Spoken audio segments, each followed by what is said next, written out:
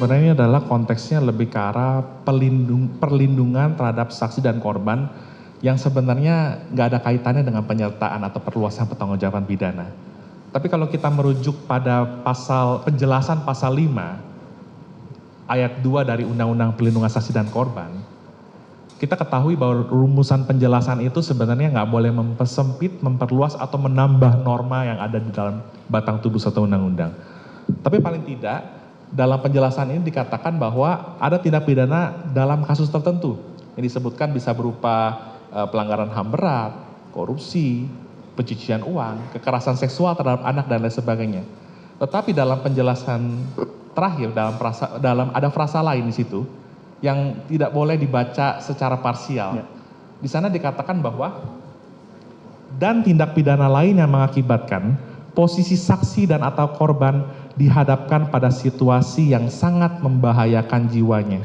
Berarti ini akan dinilai secara objektif oleh LPSK dalam memberikan perlindungan tadi. Nah kemudian ada juga syarat-syarat yang ditentukan dalam pasal 28, ada beberapa item itu. Di antaranya itu kan misalnya bukan pelaku utama dalam tindak pidana yang diungkapkan. Makanya saya tadi sampaikan sebenarnya nggak ada kaitannya ini perlindungan saksi dan korban dengan penyertaan tadi. Karena dua hal atau two something different ya. Nah tapi poin menarik adalah di poin E dikatakan adanya ancaman nyata atau kekhawatiran, hanya kekhawatiran sifatnya subjektif mengenai terjadinya ancaman tekanan fisik atau psikis terhadap saksi pelaku atau keluarganya. Padahal kita tahu ya dalam Delneming tadi tidak ada saksi pelaku. Tapi ini dalam konteks perlindungan. Dan 5 item tadi tidak harus selalu dipenuhi secara kumulatif. Karena contoh ada poin C mengatakan asetnya nanti dikembalikan dan sebagainya. Kan nggak ada kaitannya pembunuhan dengan aset tiba-tiba gitu kan ya. Belum tentu ada kaitannya tepatnya gitu. Jadi memang ini adalah dua hal yang berbeda dan ketika memenuhi persyaratan yang ditentukan dalam pasal 28 dan sesuai dengan tadi penjelasan pasal 5 ayat 2 yang menurut ukuran objektif, perlindungan itu bisa diberikan terhadap seorang yang memang mau mengungkap suatu kejahatan. Dan boleh saya tambahkan sedikit lagi? Sebenarnya definisi mengenai kejahatan serius juga ini kan ada bisa berbeda-beda ya, tetapi itu kemarin keterangan dari ahli ya, menyoal sedikit banyak soal justice collaborator. Nah, saya mau ke Prof Gayus terlebih dahulu. Prof, kalau memang dengan status justice collaborator yang diemban oleh seorang terdakwa gitu, implikasi terhadap si terdakwa ini dari kacamata hakim ini akan seperti apa sih, Prof? Apakah dipersoalkan juga nantinya si terdakwa ini pantas mendapatkan status sebagai justice collaborator? Milik penentu dari JC ini adalah hakim.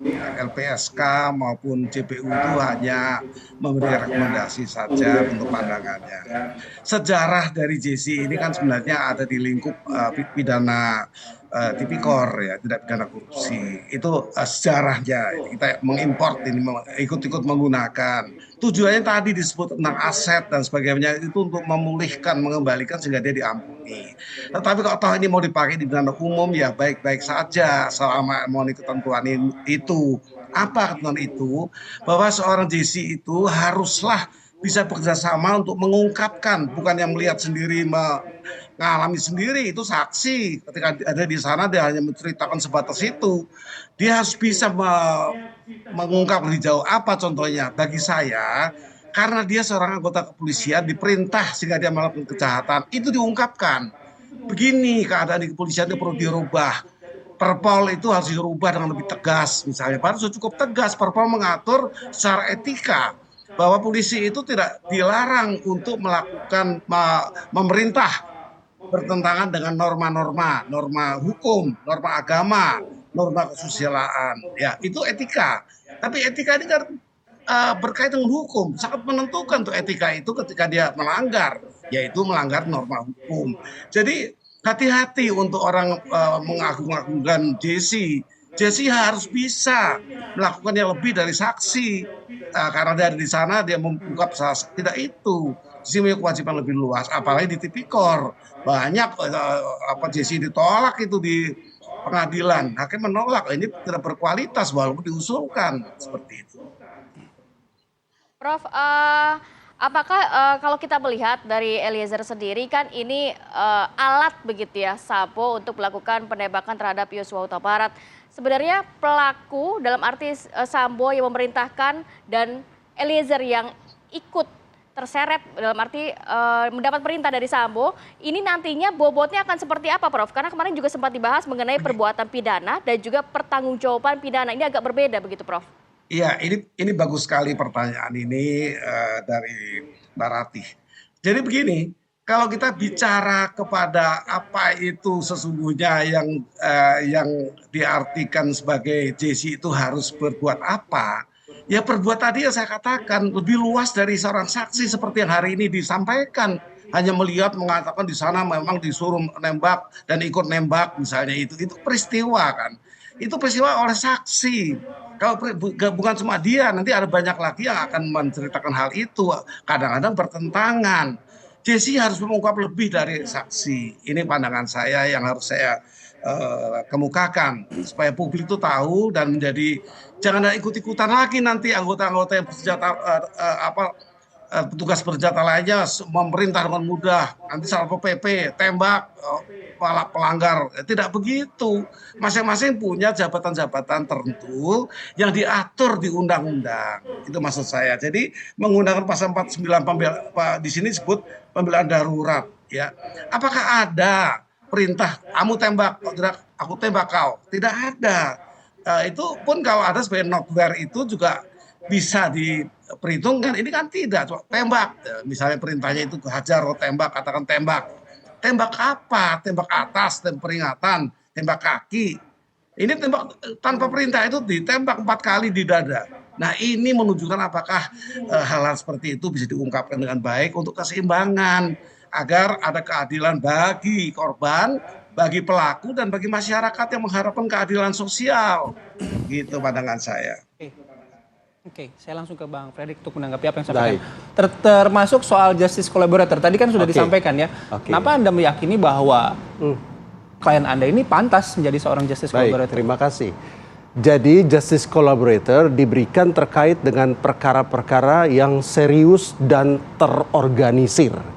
Contoh, narkotika, korupsi, dan perkara lainnya, garis bawah nih, dan perkara lainnya yang serius dan terorganisir.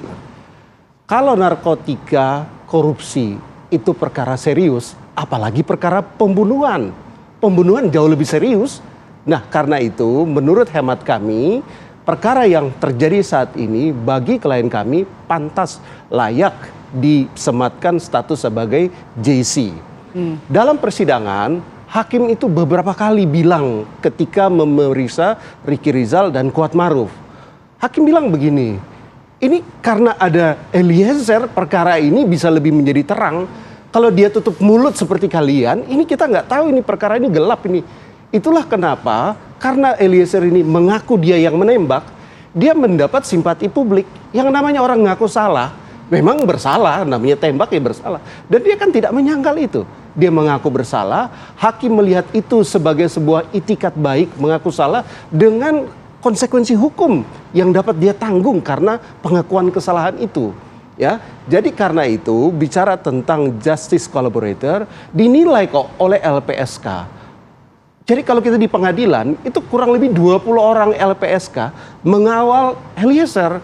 Mereka tuh dari berbagai aspek memantau dia, kata-katanya, ucapannya, dan segala hal terkait mimik muka itu diperhatikan sangat detail untuk menilai secara berkala apakah terhadap Eliezer ini pantas atau tidak pantas diberikan status itu. Dan kita tahu LPSK sudah membuat rekomendasi kepada kejaksaan agar tuntutannya dikurangin. Diringankan.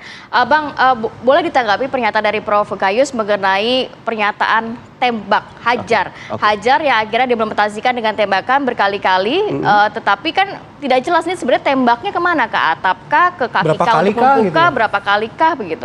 Ini tidak bisa kita lepaskan dari skenario yang dirancang di Saguling ya, sebelum penembakan dilakukan di Duren 3.